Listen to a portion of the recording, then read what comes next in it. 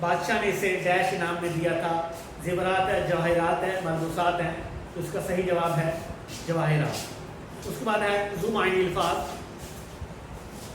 ایسے الفاظ کا ابلاغ تو ایک ہی ہوتا ہے لیکن ان کے دو معنی ہوتے ہیں، ان کے لکھنے میں ایک جیسا ہوتا ہے، معنی اس کے دو ہوتے ہیں، ان میں سے بعض اوقات ایک معنی میں مذکر جبکہ دوسرے میں مؤنث ہوتا ہے، ٹھیک ہے۔ کہتے ہیں ذیل کے جملوں میں سے دو معنی الفاظ الگ الگ کر کے اور ان کے معنی لکھیں۔ سب سے پہلے کہتا ہے کہ بارشوں سے آئینے کی آب جاتی رہی، تو ایک آب کا مطلب ہوتا ہے پانی اور دوسرا آب کا مطلب ہے چمک، ٹھیک ہے، دو معنی ہیں، ایک آب ہے، ایک آب کا مطلب ہے پانی اور دوسرا ہے چمک۔ دوسرا اس کا ہے سواد میں کون سی کان ہے، تو کان ایک دھات کو کہتے ہیں جہاں سے نمک وغیرہ نکلتا ہے، اور دوسرا یہ جسم کا حصہ ہے، دو معنی ہو گئے۔ بادشاہ بیگم کے حکم پر شہزادی کے کپڑوں کے لیے تھان پہ تھان آنے لگے، تھان کپڑوں کا گٹھا ہوتا ہے، اس پہ کپڑا پورا کا پورا لپٹا ہوتا ہے، اور دوسرا تھان کہتے ہیں گھوڑا باندھنے کی جگہ، اس کو بھی تھان بولتے ہیں۔ حق بات کہنے کی پاداش میں ان کے سزا میں وہ دار پر جھول گیا، دار پھانسی کو بھی کہتے ہیں اور مقام ایک جگہ کو بھی کہتے ہیں، جہاں چاہا وہاں رہا، چاہا چاہت کو بھی کہتے ہیں اور چاہا کنویں کو بھی کہتے ہیں۔ نیکسٹ کوشچن 8 ہے، الفاظ متضاد یہ ہمارے ہاں نہیں ہوتے۔ اس کے بعد ہے کوشچن نمبر 9، یہ ہے تشبیہ کا، یہ ہمارے ہاں گرامر کے پورشن میں ہوتا ہے۔ علم بیان کی اصطلاح میں، علم بیان کی اصطلاح میں کسی چیز کو خاص وصف خوبی کی وجہ سے کسی دوسری چیز کی مانند قرار دینا تشبیہ کہلاتا ہے۔ جیسے پانی برف کی طرح ٹھنڈا ہے، سہیب شیر کی مانند دلیر ہے۔ یہاں ایک دو باتوں کا بھی آپ نے خیال رکھنا ہے۔ پہلی بات وہ کیا کہتا ہے، دو باتوں کا وہ کہتا ہے خیال رکھنا ہے، جب ایک چیز کو دوسری چیز سے تشبیہ دی جائے تو دونوں میں کسی مشترک یعنی کہ ایک جیسی وصف خوبی کا ہونا ضروری ہے، یعنی کہ دونوں میں خوبی سیم ہونی چاہیے، چاہے وہ اچھائی والی بری ہو خوبی ہو، چاہے وہ برائی والی خوبی ہو، ہونی سیم چاہیے۔ دوسرا یہ کہ جس چیز سے تشبیہ دی جائے اس میں یہ خوبی یا وصف زیادہ ہو، یعنی جس سے آپ تشبیہ دے رہے ہیں ایک چیز کو دوسری چیز جیسا قرار دے رہے ہیں، تو جس چیز جیسا قرار دے رہے ہیں اس میں وہ خوبی زیادہ ہونی چاہیے۔ اب دیکھیں پہلی ایگزامپل کی طرف دیکھیں، پہلے پانی برف کی طرح ٹھنڈا ہے، تو پہلے اس نے بات کہی ہے کہ دونوں میں جو مشترک سی صفت ہے وہ یہ ہے کہ پانی بھی ٹھنڈا ہے اور برف تو آپ کو پتہ ہے وہ بھی ٹھنڈی ہے، اور دوسری اس نے کہا ہے کہ جس چیز سے تشبیہ دی جائے وہ ٹھنڈی ہونی چاہیے زیادہ، تو برف پانی کتنا ہی ٹھنڈا کیوں نہ ہو برف اس سے زیادہ ہی ٹھنڈی ہوگی۔ دوسری ایگزامپل سہیب شیر کی مانند دلیر ہے، دونوں میں دلیری دکھائی گئی ہے، لیکن سہیب کتنا ہی دلیر کیوں نہ ہو شیر اس سے زیادہ ہی دلیر بہادر ہے، ٹھیک ہو گیا۔